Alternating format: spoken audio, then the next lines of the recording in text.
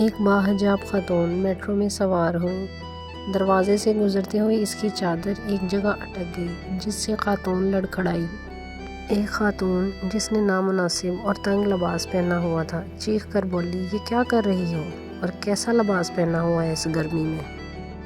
Metro میں بیٹھے بقیہ افراد بھی متوجہ ہوئے، لیکن اس باحجاب خاتون نے جلدی سے خود کو سمیٹا اور اسی خاتون کے ساتھ جا کر بیٹھ گئی۔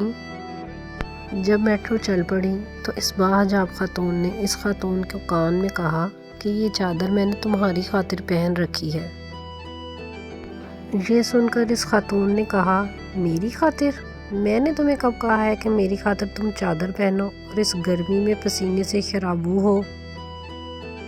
اس نے کہا، ہاں بالکل، میں نے یہ لباس تمہاری خاطر پہنا ہے تاکہ اگر ایک دن تمہارا شوہر کہ جس سے تم نے نکاح کیا ہے اور عہد کیا ہے کہ وہ تمہارے علاوہ کسی اور خاتون کی طرف نظر اٹھا کر نہیں دیکھے گا، کبھی تم سے بے وفائی نہ کرے اور میری طرف متوجہ نہ ہو، کبھی میرے حسن کی طرف مائل ہو کر اس کا دل تم سے اچاٹ نہ ہو اور تمہاری ازدواجی زندگی خراب نہ ہو، اس کی توجہ فقط تمہاری ذات تک محدود رہے، اس لیے میں نے اپنے اوپر سختی کر کے تمہارے گھر کو محفوظ کیا ہوا ہے۔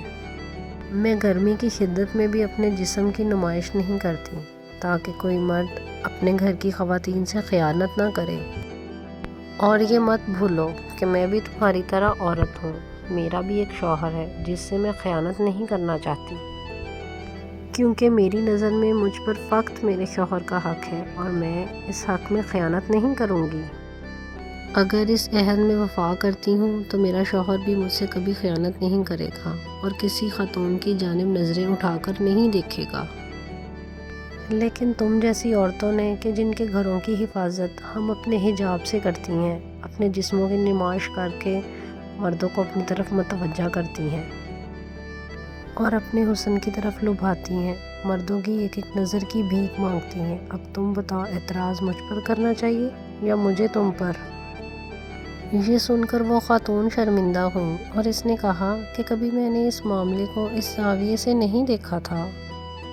اس حقیقت کو مغربی خاتون سمجھ چکی ہے اور وہ حجاب جیسی نعمت کو ترک کر کے اسلام کی طرف مائل ہو رہی ہے۔ مغرب میں خاندانی نظام تباہ و برباد ہو چکا ہے، مرد کو عورت پر اعتماد نہیں اور عورت کو مرد پر اعتبار نہیں۔